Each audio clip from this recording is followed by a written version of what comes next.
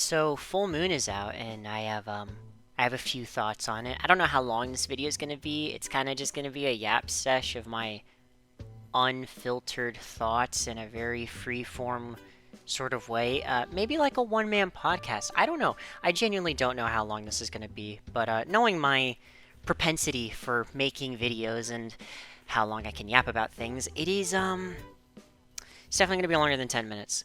So I'm not gonna waste any more time really getting any more intro. We're just gonna jump right in because yeah, this episode was a lot. Full Moon was quite a surprising episode. To be honest, I didn't even think I'd really talk about it. If you've been like a fan of my channel, you probably noticed that I've been taking like a big break from content. Primarily, I haven't really been like making anything of note, like at all, which is pretty cool. It's been pretty nice to just like take a break. I'll be honest. I think I was really burnt out after posting a video every single day for a whole year, more so than I even like realized I ever could be. So when this new episode was coming out, even when the teaser trailer came out, which I normally would make like a video about a Hell of a Boss teaser coming out, but I couldn't find the motivation to do it. I didn't want to do it, so I didn't. I just didn't do it. It's my channel. You can't stop me. You can't stop me from not talking. You can't stop me from talking either. You can't stop me, period. I'm just doing whatever I want. So when the episode actually came out, I didn't watch it for like a few hours. It wasn't until members of my Discord server actually like basically said like, "Hey, let's watch it together." Or like, I was in a VC, and then someone brought up the idea of like watching the episode just then, and I'd mentioned multiple times like I hadn't seen it yet, so I was gonna watch it anyways, but I was planning on watching it with a friend, and I just ended up kind of watching it in a VC with a bunch of other people, and it was okay. Look, I'm just gonna say this out the get-go. 2 minutes into this video, the decision to put Stolitz content in the same episode, sandwiching Cherubs and Dorks, is very motivated by something. I don't know if it's like anger, I don't know if it's passion, I don't know if it's like love for fucking with your fans, but like that is really funny. Because I'll be honest, right? I'm one of the people who for a very long time is like, Cherubs is one of my favorite episodes. Mostly because like the way that Cherubs play off of I.M.P and the dying old man is really funny. I think that it's like, in my opinion, one of the funnier episodes of the show, because so many of the jokes are just so... They're so, like, they keep building off of each other, and they keep, like, snowballing into a bigger punchline. I think one of my favorite jokes in the whole series is just when Blitz is grabbing the megaphone, and he's like, which one of you actually wants to, like, fuck this old man? And then everyone drives off really quickly after having a big, like, speech from the Cherubs where they're just like, love can be found anywhere. Love is one of the best reasons to live. And then Blitz with his very no bullshit attitude is just like, yeah, but who wants to fuck you? Like, who actually wants that? It's really funny. It's a really good joke. So when I saw that Cherubs were in the thumbnail, and also Dorks, which again, another season 1 antagonist group that haven't come back in any capacity, which is weird because like, okay, it's weird, and I'll get into that later, because, or I guess I won't, because it's on a stream of consciousness. I'm just going to talk about it now. It's very weird that Dorks haven't made a comeback or any kind of like allusion to them at all. Like even a background thing where it's like you see Agent 1 and 2 in the background of like the Seeing Stars episode, or you see like a camera pointing at them with like their logo on it. Like, you don't see anything about them at all. And it's weird because like, okay, in universe, Millie was a huge star named Millard or whatever, right? In the Unhappy Campers episode. And Millard fucked okay, I can't like remember their names, but Moxie and Millie fucked on stage in the Unhappy Campers episode, live on broadcast, like filmed in front of a ton of people, and they stripped down to their bare naked like clothes. They showed all of it on stage to kids. Crazy, I know. I'm just describing what happened in the show. So you would think that, like, the Dorks would hear about that and be like, oh, man, look at this thing, look over here, they're fucking on stage in one of their satanic rituals, we need to get to the bottom of this, or some, like some mention of it at all, but, it doesn't seem like they're even aware that Millie was Millard, or anything like that, which is weird, because, like, in the canon of the show, Dorks is one of the only institutions or like human characters at all to like recognize demons, period. Ironically, if you actually watch the show, the people in episode 1, the murder family, recognize I.M.P as like demons, and Dorks recognize I.M.P as demons. But like there's not really many other characters in the show who are like, "Oh my god, it's demons," or anything like that. It's really just those two groups, and one of them is entirely dead, and the other one is just two people, and everyone else is like fodder. So it's very interesting. I'm very curious as to why they didn't bring back Dorks, even for just like a cameo in an earlier episode. I feel like Helluva Boss kind of has like a thing where it's like, oh, well, if Dorks are in an episode, they have to do something. It can't just be like a cameo. Like, we can't just have like a blink and you'll miss it cameo of like Agent 1 and 2 in the background. It's kind of funny because Gravity Falls did this, where there are these two agent characters, ironically, who were investigating Gravity Falls and Stampines, and they were trying to like figure out like what was going on, and they were trying to like arrest him for a bunch of reasons. But if you rewatch the show, you see spoilers, by the way, sorry. But if you rewatch the show, you notice them in the background of like multiple scenes. There's like a couple jokes involving them, but they're not really like the focus of any scenes until a couple of episodes, which is like really cool. And then their arc really starts. I almost wish that like Helluva Boss would take more advantage of the fact that like you can have characters have their storytelling be progressed even though they're not the main focus of an episode. I don't know. I feel like a lot of the times like the character needs to be like the center focus. They need to have a big moment. They need to have it be like scored with set pieces and sound design and really hype animation or some shit. When it could just be a more like subtle thing that's built up over the course of multiple episodes. I don't know. I'm yapping about different episodes now. I'm getting off track. Sorry guys. This is what happens when I talk to myself too much.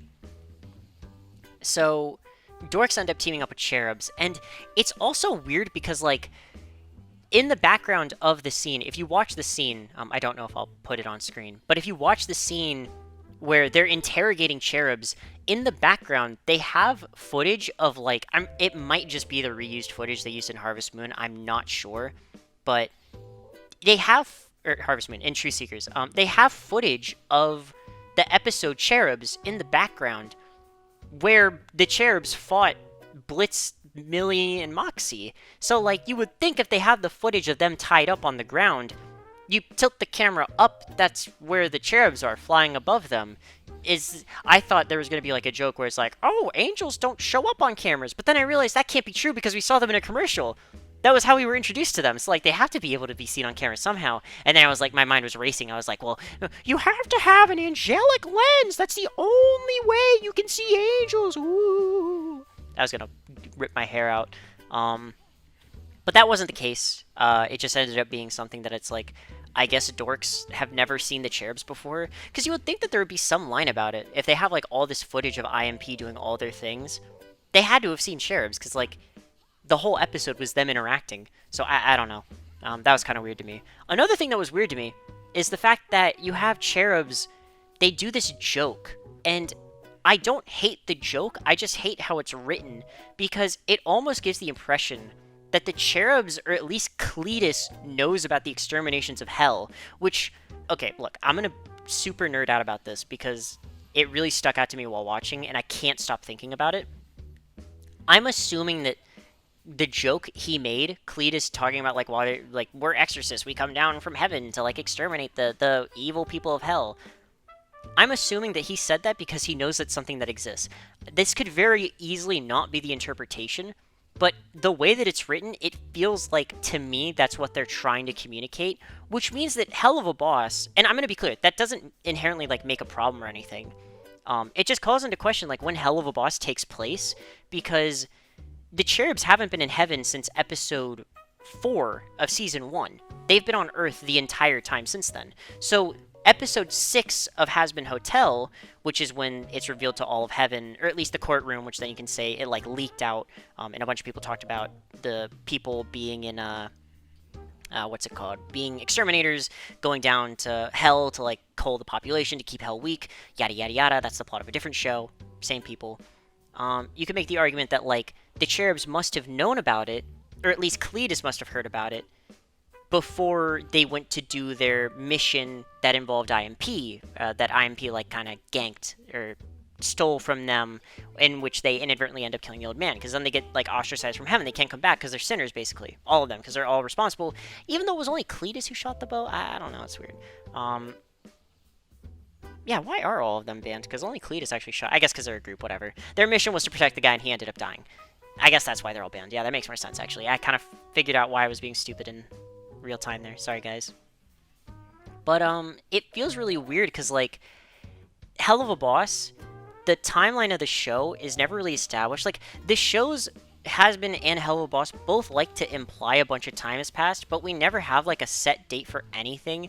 So, like, everything is like, oh, the full moon, or the harvest moon, or, like, in Has-Been Hotel, there's, like, an explicit thing where it's like, oh, the extermination happens, like, once every year, and then once every 6 months. And in Season 1, they have, like, a 5-month time skip before the courtroom scene, in episode 5, when Lucifer's in the episode. Sorry if I'm jumping around so much and you guys don't have any context for this, I'm sorry. This is just how my mind genuinely works. You can probably understand why, like, I have to re-record my videos so many times, because, like, I feel like all of this is incoherent. It's because I don't know, I watch these shows too much, I have too much knowledge. Or maybe not enough, because I do say pretty dumb stuff sometimes. But as we keep going further and further into each show, it's kind of interesting to see, like, where they overlap and where they differ, because if Hell of a Boss takes place a lot later than Has-Been Hotel, it would kind of be interesting, because then it's like Hell of a Boss kind of goes against, like, the whole idea of, like, redeeming sinners, because the sinners are, like, calling in hits on people they don't like, so it's like the shows are, like, complete opposite in that regard, which is funny, but we don't really see many, like, the sinners. And you could actually make the in-world explanation where it's like, oh, there's not many sinners anymore, because, like, we don't see many of them coming into the office, because they're all getting redeemed at the hotel. Like, they're all just going to the fucking hotel. Wow, that's crazy. Which is ironic, because we see the hotel has, like, no one in it. The one guy who was in it died, and the other guy's, like, gonna be there forever, because he's, like, the other main draw of the hotel. And in Hell of a Boss, we don't really see business booming, but they say business is booming, which is weird, because we don't, like, see that at all. This is the same company that had a whole episode where they fought over a fucking parking lot spot. Now, granted, that was in Season 1, but, like, they keep doing this thing where they, like, off-screen a bunch of their jobs, but, like, they don't really have... It doesn't feel like I.M.P is, like, getting the big bucks, getting the big money, because they fuck up every job they go on, basically. Actually, what is the only job that didn't have a problem?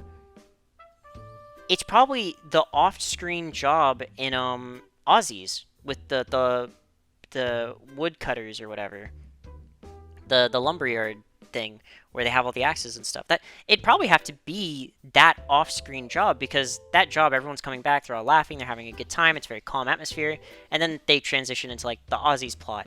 But that's, like, off-screen. Like, we don't see that job. We don't feel like I.M.P is, like, the immediate murder professionals. We kind of feel like they're still finding their footing and getting their rhythm. But then in this episode, a bunch of things are just randomly established, where it's like, yeah, Stolas hasn't been contacting me for our meetup. He has been, like, not really responsive. He's not really been wanting me to, like, hook up with him anymore.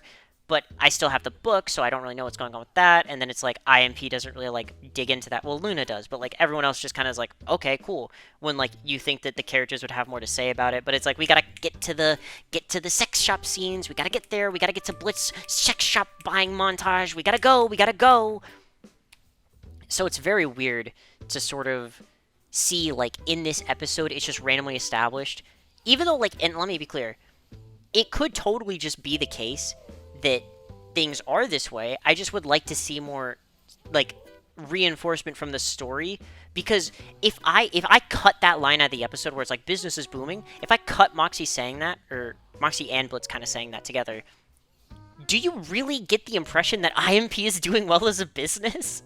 Like, we barely even see them do their jobs as is, and the last time they did their job, it got derailed entirely because Blitz didn't even want to work because he was trying to track down his sister, and that ended up almost, like, ruining the job for them, because it ended up kind of being like fate or happenstance that killed the guy, because it was like a random firework that exploded in his face, right? Like, that wasn't really I.M.P killing him, that was just, like, a thing happened that killed him. Now, you can argue I.M.P put him in the situation where he died, but it's like, you know, it's weird, right? So, I don't know.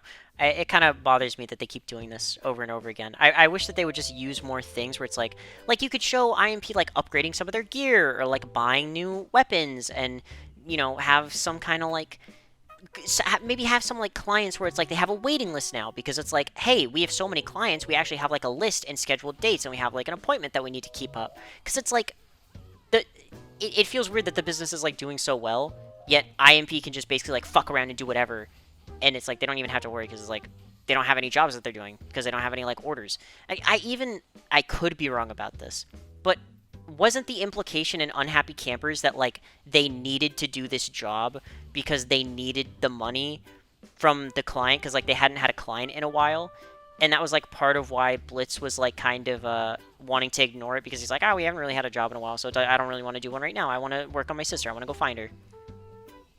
Yeah, I don't know. I could be wrong about that. The implication could just be like, oh, we don't refuse a client because like if we did that, then less people would work for our jobs. But like, then again, I guess there isn't Spring Broken when a ton of clients walk up out of nowhere, but they kind of like have a huge deal on the hits, so I don't know. I'm thinking too much about a throwaway line. I apologize.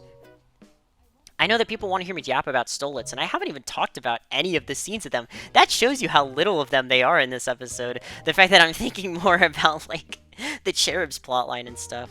I should probably start talking about those things. So the episode opens with the Stolas and Blitz duet, which, I'm going to be honest, kept reminding me of When He Sees Me from the Waitress musical, which is a good musical. If you like musicals, I recommend you watch it. And ironically, that musical actually has there's a performance of it where Kimiko Glenn is the one who sings that song, and she plays a character named Dawn in it. No spoilers, but she's really good in it. She's a really, really, really talented person, and she also voices Nifty on Has Been Hotel. I think that they might have seen her performance as Dawn, and that might be the reason they like got her specifically. Although they didn't really have Nifty do much, so I don't know. Maybe they just wanted someone who was good, so when they give Nifty stuff to do, she'll have a good voice for it. I don't know. She's very talented. I like Kimiko Glenn a lot. She's a very talented person. But as we transition through the song, there's a lot of sex jokes. Like Blitz is at his horniest this episode, and it makes sense because I guess like he's under the impression that like it's a full moon. I'm doing my deal with Stolas, and it's been a while, and like I wish they'd mention, like, they'd call back to the fact where it's like, yeah, the last time that Stolas and Blitz saw each other, Blitz, like, saw Stolas, like, dying, basically. I don't even know if Stolas, like, saw Blitz in that moment. And that's, like, the last time the two of them really, like, interacted directly. Because, like, if you watch the show, they don't interact at all in, even though, like, the, what's it called? It's Oops, right? Yeah, even though in Oops, the Fizz kidnap episode, when they're showing, like, the footage of, like, yeah, we have your boy, Asmodeus, the worst kept secret in hell. I can do a better Crimson Striker. It's like, yeah, we have your boy. Look at him. We got your boy. He's right here. And we got him. He's just right here. Like, off-screen is Blitz to the right or left of him, right? But they don't show that because, like, they don't think Asmodeus is going to care. That's mainly just because Striker and Crimson have a score to settle with Blitz because, like, he affected both of them individually.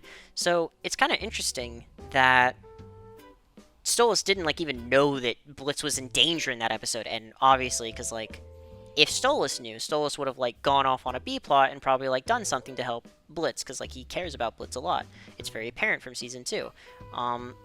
Even if that, like, a lot of these feelings are rooted in, like, very messy situations, like, at the end of the day, they don't want each other to die. Like, they've both gone out of their way. Even in Season 1, both of them went out of their way to keep the other one alive. So that's nice of them, you know, that's nice of them to do. But as we go through Season 2, the last time they really shared any scenes together at all, where they, like, spoke to each other, was Seeing Stars. And Seeing Stars is a mess of an episode. It is really rough, especially on rewatches. I feel like it gets, like, my opinion of it gets worse and worse every time I rewatch it, because it just feels like so... I'm being very harsh on it, but it feels very, a very, like, redundant and kind of pointless filler episode in a series where you have to wait, like, months for each episode. So having, like, something that feels like a filler episode, like, it feels like the Queen Bee episode has more plot relevance than the Seeing Stars episode. And the Queen Bee episode is like a special, right? Like, Mammoth's mid-season special has more plot relevance by a lot than Seeing Stars. So, I don't know. It's kind of weird. But the last time Stolas and Blitz really interacted was Seeing Stars. And then before that, The Circus is a flashback episode. So if you really think about it, the last time these two characters actually spoke to each other, the last words that really, like, were about the Stolitz dynamic was Blitz telling Stolas, like, I don't, like, you just want to fuck me. That's all you want to do. And I will say, I made an edit the other day. If you watched that, I made an edit the other day. Funnily enough, it got age restricted for clips in the video from the episodes, but the clip that got age restricted was from an episode that wasn't age restricted, so my video is age restricted, but the clip from the actual show isn't. It's the one from The Circus with him on the bed. So that's kind of funny. I'm not going to fight it because, like, I think it should be age restricted. I just was really surprised when I went to the original episode and I was like, oh my god, this isn't age restricted? Holy shit, that's crazy. It probably should. But, you know, whatever. When you make videos about Hell of a Boss and Has-Been and you swear a lot, and the show swears a lot, and it covers a lot of, like, adult topics, even if it does it in, like, immature ways, YouTube's gonna still, like, age-restricted content. Makes sense. Totally makes sense. But, as the sort of, narrative keeps unfolding, it's really apparent that, like, Stolas and Blitz really haven't interacted at all in Season 2. At all. Like, they've not interacted, period. Because Seeing Stars, all their interactions were focused around, like, 1, getting Octavia and the book back, and 2, not talking about any of the Stolitz stuff. Like, they don't really share any lines at all about Stolitz or anything. They don't talk about Aussies, and then we learn later, like, they fucking show up text message in Western Energy, where it's like, oh, here's their conversation about Aussies. They scroll past in less than, like, 1 second, because you have to pause to read this stuff, which is, like, pretty fucking important to the lore. Like, I wish that they actually just, like, had this be a conversation, not text message. It makes me so angry. I'm still mad about this. I'm still mad about this a year later. Because, like, I feel like if information is so critical and important to the understanding of this dynamic that you need to include it, you have to make sure people don't miss it, because this isn't like an Easter egg. This is, like, more understanding towards the core fucking... The show keeps building more and more towards, like, Stolas and Blitz being, 1, endgame, and 2, the predominant narrative pushing the story forward. Initially, the hook of, like, Hell of a Boss was like, hey, it's about demons who do hits in hell, and also there's a subplot about the Stolas family and Blitz. Oh my god! Like, it was a subplot. It wasn't really focused on that much, because the subplot was, like, It kind of was all it needed to be. Blitz's unresolved feelings about his, like, love life and abandonment, and Stolas' situation with his family and love and abandonment, you know, as well. Like, it's very interesting when you have these characters in small doses interacting with each other. When you make the entire crux of your Season 2 basically be about... And I shouldn't say the entire crux, but when you make Stolas and Blitz's storyline go from being... Like, in Season 1, there were more episodes that were about, like, doing hits or doing jobs than there were about Stolas and Blitz. You can argue the only episode about Stolas and Blitz is Episode 7 and maybe Episode 8. And then there's little moments in, like, Episode 1, Episode, Episode 5 as well. Episode 6 has a moment. Like, you can argue there are tiny little moments, which is why I like Season 1 so much, because it has, like, the gradual build-up towards the Stolitz, like, plotline. And it's done really well.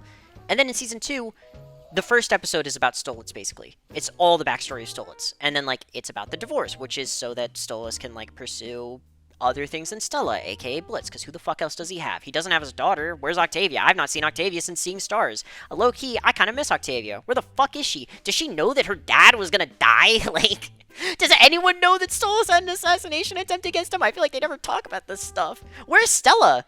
I mean, I guess Stella kind of came out in Blitz at the end of the episode, but, like, I'm yapping now. I'm going a million yaps a minute. I'm sorry. I'm not. You can't make me be sorry for something that I'm saying.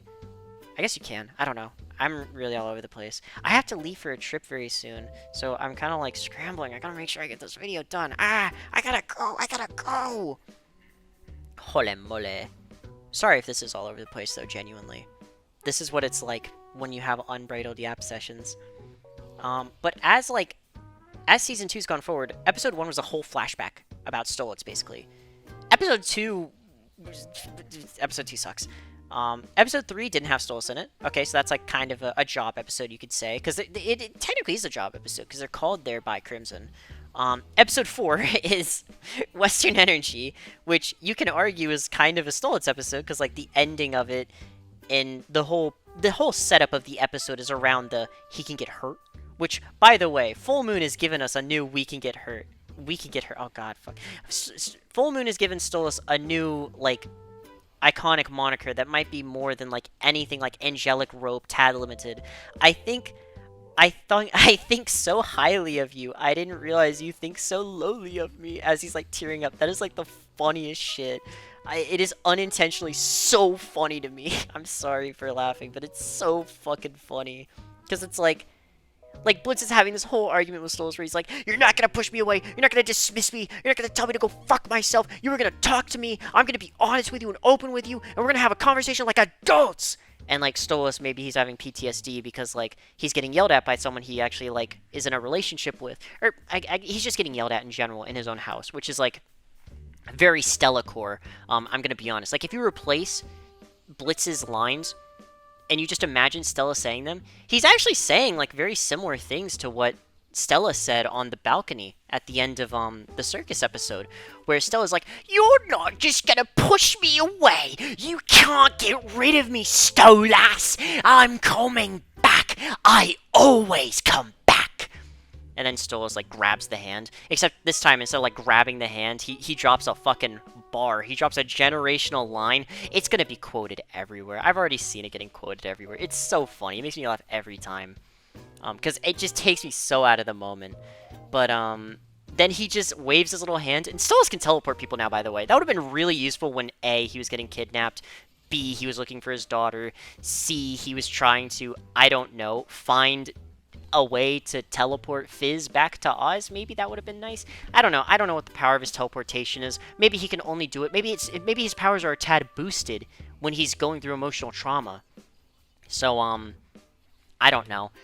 But that would have been really helpful. That would have been really helpful a lot of times in the show. But I guess now we know he can teleport. I thought it was going to be him, like, making a portal. But the way that the scene is cut, it just totally looks like he waves his hand and then Stolas is, like, in the mansion, but Blitz is on the steps. So I have no idea. But as the episode continues, right?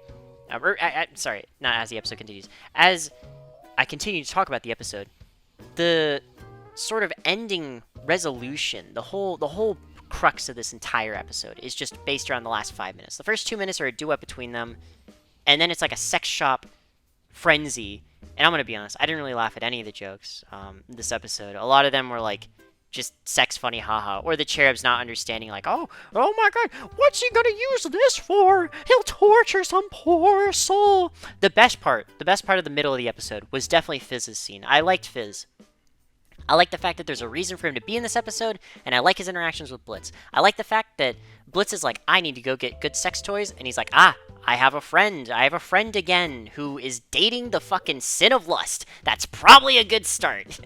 I wish he just went to Fizz first and saved us a lot of time, because I didn't like any of the jokes, and I wish that, like, Cherubs, ironically, didn't really, like, their scenes about the Fizz shopping section were a lot shorter than their scene where they went into the store, they pretend to buy something. Oh my god, it just lasted so much longer than it needed to.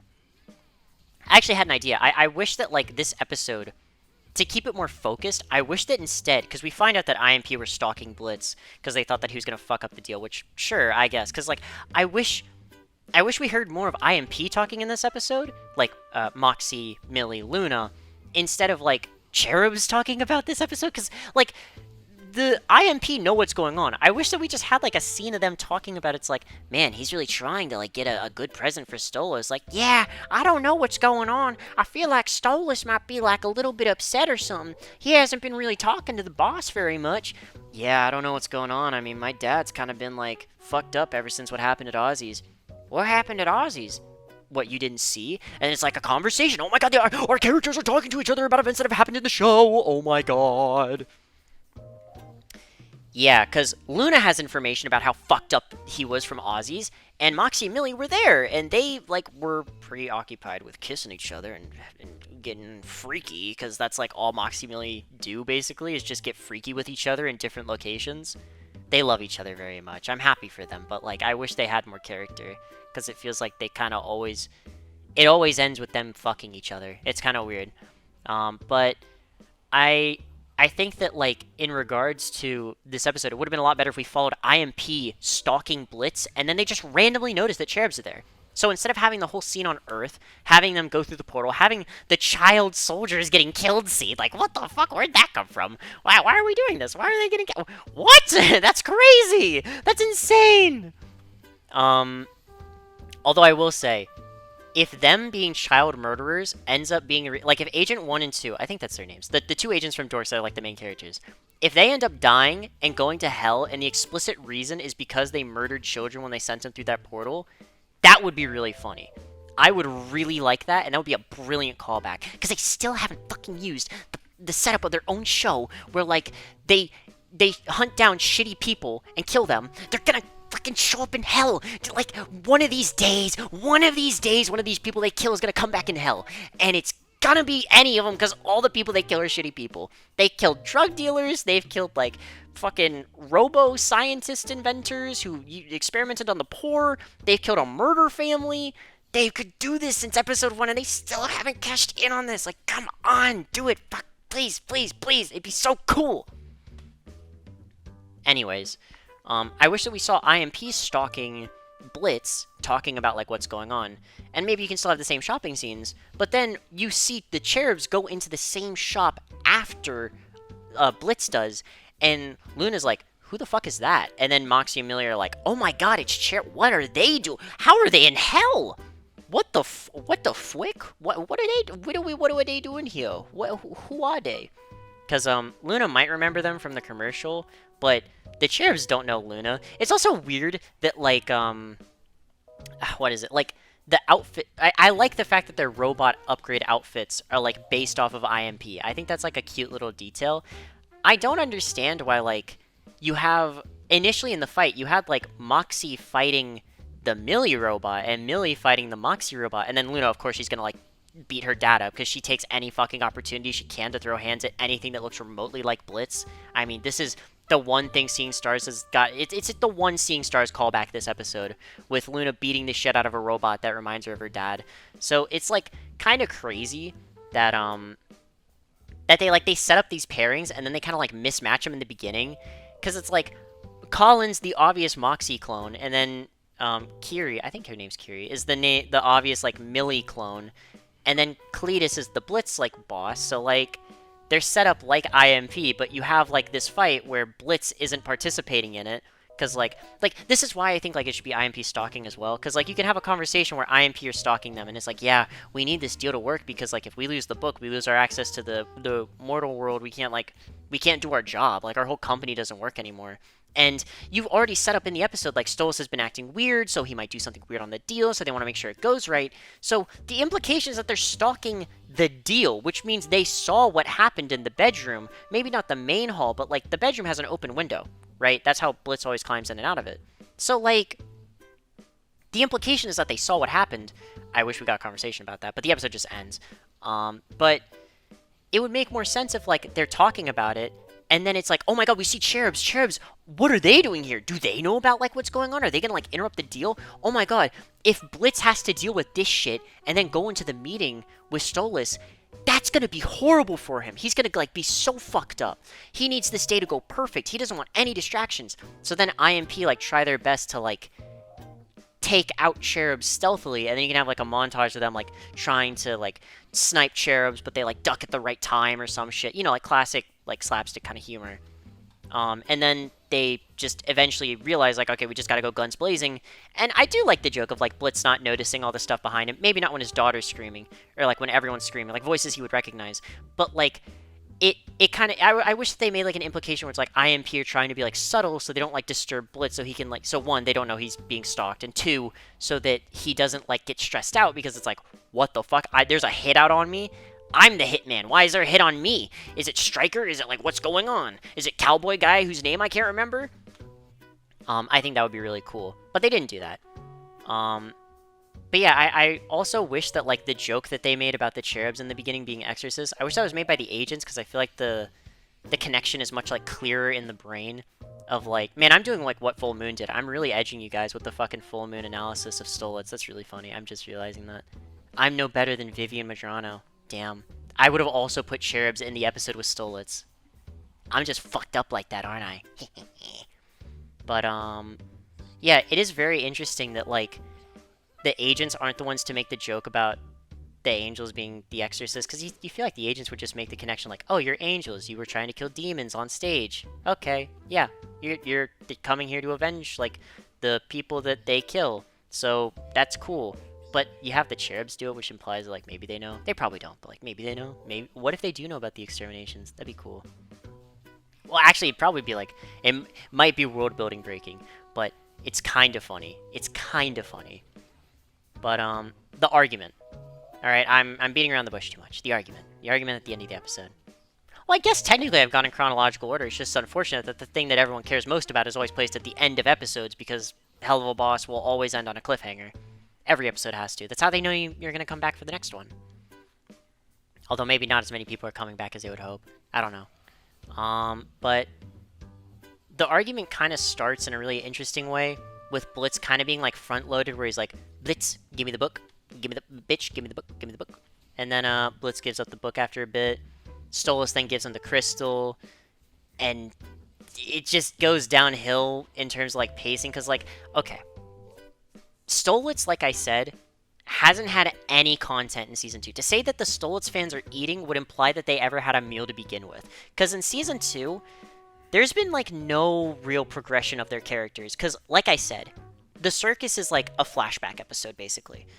And when we cut to modern day, Blitz and Stolas don't interact. And then in Seeing Stars, like, they don't really interact at all. And they have, like, the one line where it's like, if your performance on stage is anything like it is in bed, then you'll be sure to leave them breathless. Holy moly.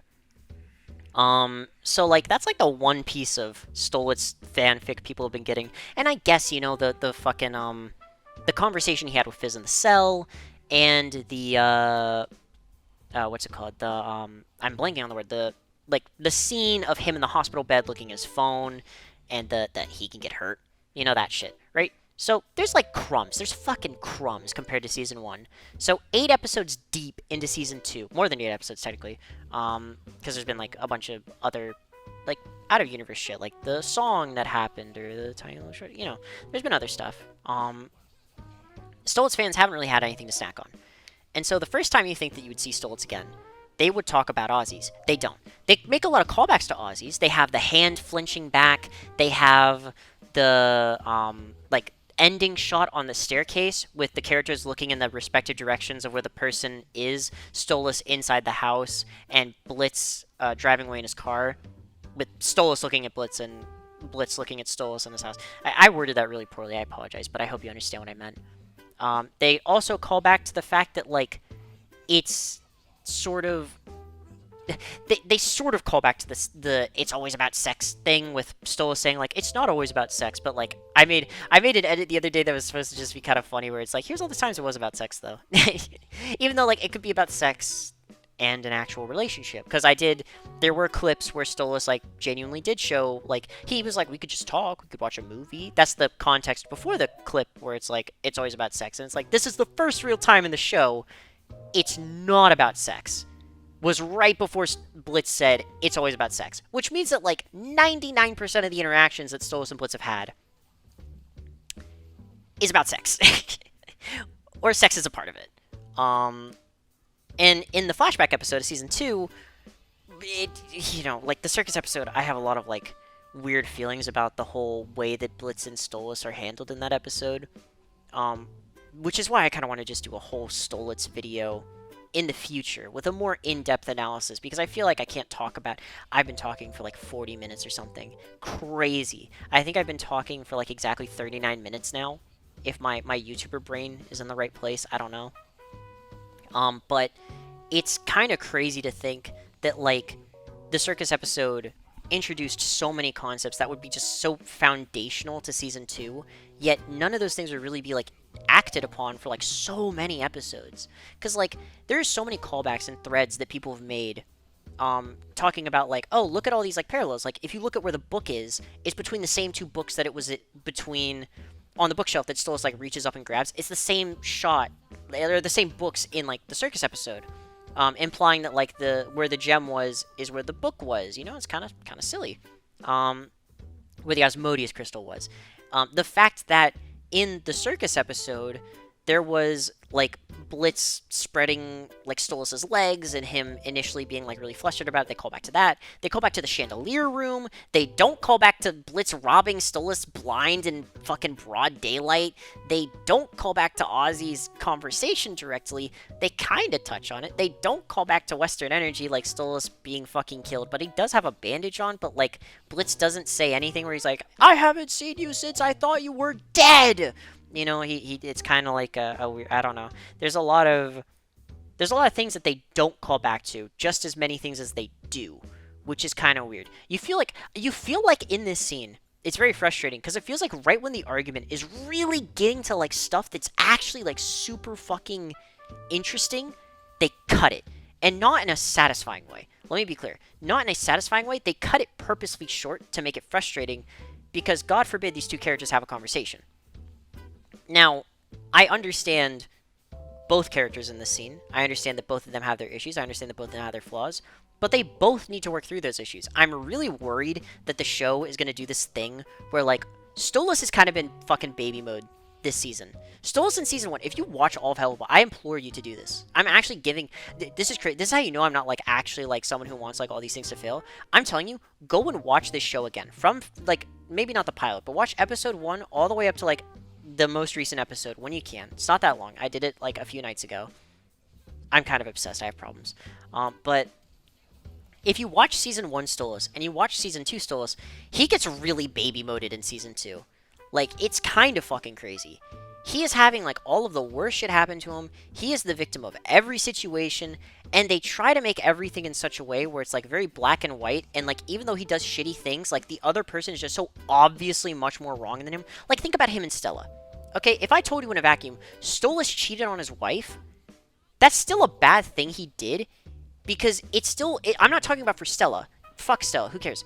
He has a daughter. The whole premise of the Lululand episode, and even like kind of Seeing Stars, is the fact that he's neglecting his fucking daughter. I'm gonna be honest, that doesn't have anything to do with Stella. Because, like, Octavia isn't implied to be, like, in Stella's palm or anything. Literally, she wants to spend time with her dad, and he just doesn't spend time with her. He says, I promise I'll spend time with you, and then the next time Octavia's in an episode, oh my god, she's being abandoned again. Holy shit, wow, that's crazy. Why is he being abandoned? Why is she being abandoned? It's because Stolas is fucking... I guess I was gonna say, why is he abandoning her? It's because Stolas would rather yell on the fucking phone to his bitch wife than hang out with his fucking daughter, dude. Like, what the fuck? That has nothing to do with, like, Stella. And he should be held accountable for it. And every time he is, he's like, oh, I promise I'll be better. And then we've not seen anything. Literally, we haven't even seen, like, a scene of him checking on Octavia. We haven't seen a scene... does he know Octavia's still alive? Is Octavia even alive? Do we know where she is? I don't know where she is. Do you know where she is? You can't, because we don't see her in the show. There's going to be a throwaway line where it's like, oh, Dad, I was at summer camp. I was actually having a really good time there. It was great. And then Stolas is going to be like, what'd you say? What'd you say? Oh, yeah. No, yeah. Yeah, my bitch wife. My bitch ex-wife. The divorce is in! I guess the divorce was also a callback in this episode, because they finally got their divorce, officially. But what's so weird is just the fact that, like, I know that this show is going to make Blitz suffer, and it's going to make Blitz have to, like, grow and become a better person. But in this episode, they show, like, Stolas didn't have his meds on. And I'm really worried that they're going to do something in the future where it's like, oh, I was just acting really emotional at that time, Blitz, and I pushed you away because I was off my meds. Which, fair reason. Look, I'm going to be honest. People get really emotional when they don't have their medication. That's a fair reason. But that also, I worry, is going to be crutched on as an excuse, because they make a deliberate effort to, like, show that Stolas is having, like, a breakdown, and Blitz is also kind of having a breakdown before they're going to meet each other, but, like, Blitz is able to kind of, like, psych himself up and be like, because he's always going to ignore his problems, he's always going to be like, I'm going to ignore this until I literally can't. And Stolas is like, this is going to be great, we're going to, like, get together finally officially, but what if he doesn't actually, like me? What if he doesn't actually, oh my god, this is horrible, what if he actually thinks I'm a monster? Which he kind of is. The deal that they put him into is, like, Blitz wants to do his job, and he can't functionally do his job without Stolas giving him the book, which is the only way that he can get it, and he can't do his job legally, so he has to do it illegally. If at any point Stolas wants to turn in Blitz for... I'm not saying any of this is going to happen, but, like, Stolas has a huge power dynamic over Blitz. Not only in society, not only in ranking, not only in, like, occupation, because Blitz can't do his job, and, like, his company relies on having this book, or the crystal now, I guess. His company relies on this stuff. So he has to suck up to Blitz. Or Blitz has to suck up to Stolas no matter what. He can't afford to, like, piss Stolas off, right? It's very telling that, like, he gets to a breaking point, to the point where he doesn't even care if, like, he pisses off Stolas. He just says, look, man, I can't do this right now. And that's what the Aussies episode was. And that's, like, the sort of incident where it's, like, Stolas becomes a lot less horny. He's still horny, but he's a lot less horny after that. In the present timeline, because I think that the words that, like, Blitz said really affected him. I wish he fucking said that, right? That's why I say this is so frustrating, because, like, the writers could be cooking. I just wish they let it cook a little longer. I feel like they had a steak, and, like, I'm not saying, let me be clear, because I feel like some people are going to interpret what I'm saying here. I'm not saying you have to resolve Stolitz this episode. I just wish that the characters, like, said in a more... It feels like some of the lines were written kind of like a Shakespearean way, where they want to, like, make them sound super, like, important, but reality, they're not really fucking saying anything. Blitz, this is why I laughed so hard at the "I think so highly of you, you think so lowly of me" line, is because Blitz is literally saying, you are not gonna push me away. You are not gonna, like, push me aside and make me, like, fucking do all this shit. You are gonna listen to me, and we're gonna have a conversation. And then Stolas literally says, I think so highly of you. That's why I'm telling you to get on my front porch, you fucking idiot. Boom! Get out of here. Boom! Headshot. Boom! Headshot. You know? And granted, there's a lot of reasons why Stolas did this, I understand. But it's like, Stolas, you're directly contradicting yourself and proving Blitz right in this entire conversation. And the problem is that you're the one with all the power. I mean, it's a good thing he did. Like, don't get me wrong, Stolas did a very good thing by, like, basically calling off the deal, letting Blitz make his own choices, and being honest with him. The problem is he didn't listen to Blitz at all. He didn't give him the same time of day. And Blitz actually calls him out on this. And I'm really worried that going forward in the future, they're gonna hold, like, Blitz accountable, because look, Blitz did a shitty thing at the worst possible time. I understand that. He's going to apologize for that, or he's going to make it up to Stolas in some way, right? I worry Stolas isn't going to do the same to Blitz when he needs to, because if he doesn't, then nothing's actually changed about Stolas. Blitz is still having to suck up to every whim to appease Blitz's happiness, except now he doesn't even get anything out of it, and oh no, this is suddenly sounding less and less like a perfect ship in Endgame, and more like something that you'd see people writing problematic threads about on Twitter, saying how these relationships aren't healthy, and these aren't, like, very, it doesn't seem like the narrative is aware sometimes that maybe both characters are flawed, because Blitz has gone through a lot of shit, but he's still held accountable for the shit he does. I hope Stolas is too. I worry he won't be. This is kind of why I say that time will tell with Stolitz, because I just wish that they had more... I wish that the conversation was more... how do I say it? Like, it was more full of meat to chomp on, because it kind of felt like, again, Crumbs, even though the focus of these scenes were Stolitz and the fact that their dynamic is progressing. I think it's very telling that they call back to a lot of the things in Season 2 and a lot of the things in Season 1, but they don't actually call back to, like, any of the super meaningful scenes. Like, they call back to a lot of visual stuff and a lot of, like, references to things, but they don't call back to, like, the conversations. You could have a line where it's, like, Stolas saying, like, I saved you when you needed me. I was there for you. And then Blitz saying, yeah, I saved you when you were getting assassinated. And then Stolas is like, but what about the second time? And then Blitz was like, well, I sent my people there. Like, I want them. There's so many things for them to fucking, like, argue about and talk about. And that scene, like, that Stolitz section, like, I do not think they gave it nearly enough time, even for the shit they included in the argument.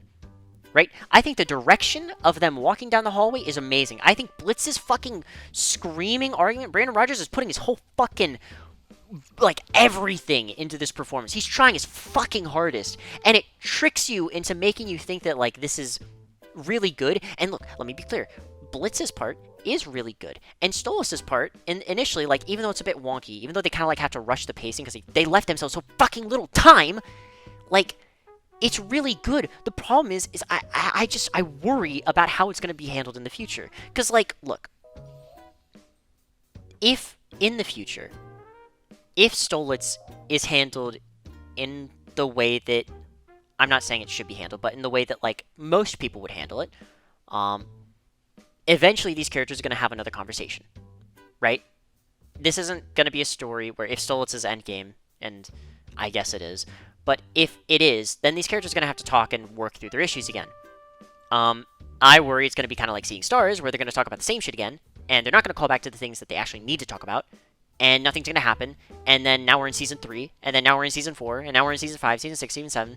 Like, it doesn't feel like this is actually progressing at all. It might be. It might be, I don't know.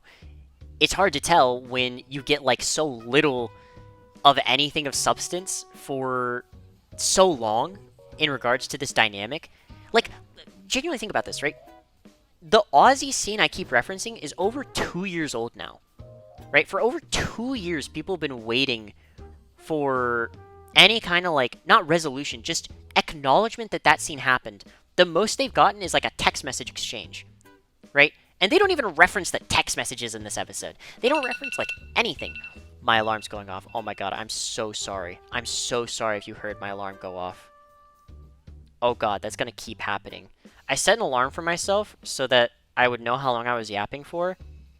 Oh god. Oh god, I've been yapping for over 50 minutes. Holy shit. What am I doing with my life? I'm talking about hell of a buzz! Oh my god! Oh my god! And other things too. Yeah, I'm gonna wrap this up now. I didn't realize that I was talking for so long. Sorry guys, when I get really into it, I just keep talking.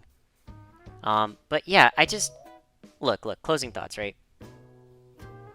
I'm very pessimistic because I feel like multiple times I've kind of been burned by the show as a fan. I feel like a lot of times they invent the circumstance that they want the episode to be contained in and then ignore the circumstance they invented later for future episodes. That's why from episode to episode it can feel sometimes like so much has changed off screen that you really probably shouldn't have off screen. That you need a little bit more, you know, a little bit more oomph towards than just saying, this is how it is. And I feel like a lot of the characters, the writers don't let them express their opinions and thoughts because if they did, the episode would be different. I feel like a lot of the I.M.P members have a lot of thoughts on the Stolas and Blitz situation. I want to hear those thoughts. I don't know if I'll ever hear those thoughts because their names aren't Stolas and Blitz. You know, the most that they're going to say is, oh, wow, you had a breakup. I want, like, Luna and Millie and Moxie to talk about Blitz without him being there. I want these scenes to happen. I feel like there's so many interesting dynamics and so many interesting pieces of information that certain characters know that certain characters don't. That would be so nice to just see them talk about and have like realizations about other characters. I don't need the most impressive action scenes. I don't need the funniest comedy. I don't need all this shit. The reason I liked this show so much is because I just liked seeing the characters interact with each other. That scene in Truth Seekers is still my favorite scene in the whole show, where Moxie and Blitz just like talk to each other. There's not really any music, it's a very quiet, understated scene, and it's in the middle of like a pretty good episode. In fact, it's I think one of the highest rated episodes in the whole series, both by fans and like critics of the show. It's really good. I'm really worried for the future of this show, as always. I mean, that's like a FP, kind of worried. Oh my god, kind of crazy. I'm really worried for like the direction this could head in, but I'm cautiously optimistic, right? They could turn this around. They could. They might. I don't think they will, as I've hopefully kind of made clear in this podcast yap sesh, but they might be able to turn it around because, look, right? I really liked Season 1. I think Season 2 has some great moments in it, but I think overall it is a very, like, botched product as a whole. If the back half of Season 2 ends up being bangers and bangers and bangers, that's something. I don't know if starting with Cherubs being in the fucking Stolitz episode... Okay, basic fucking, like, writing 101. I'm not trying to, like, backseat right here. I'm sorry if it appears like that. But, like, why the fuck did they choose Cherubs to be the antagonists in an episode with Stolas in it. They don't even know who he is, right? At least Dorks, like, kind of know who Stolas is. I wish, this is my one biggest change I wish they fucking did, is just, like, in the interrogation scene, the way you change this is just have it be that Dorks are like, yeah, we're looking for their boss, and have a drawing of Stolas, and then have the Cherubs go through hell to look for Stolas. Like, I feel like that makes so much sense. Like, why didn't they do that? I feel like there's so many things that, like, make sense to make things in the episodes, like, tie together more narratively and just tie together more in a more, cohesive way. Instead of having all these, like, Hell of a Boss feels like it has a million different things going on, and then randomly it's like, okay, don't focus on this thing, don't focus on this thing, don't focus on this thing, don't focus... I know it's a meme, but it does genuinely feel like the show at times has ADHD, right? It doesn't know what it wants to focus on.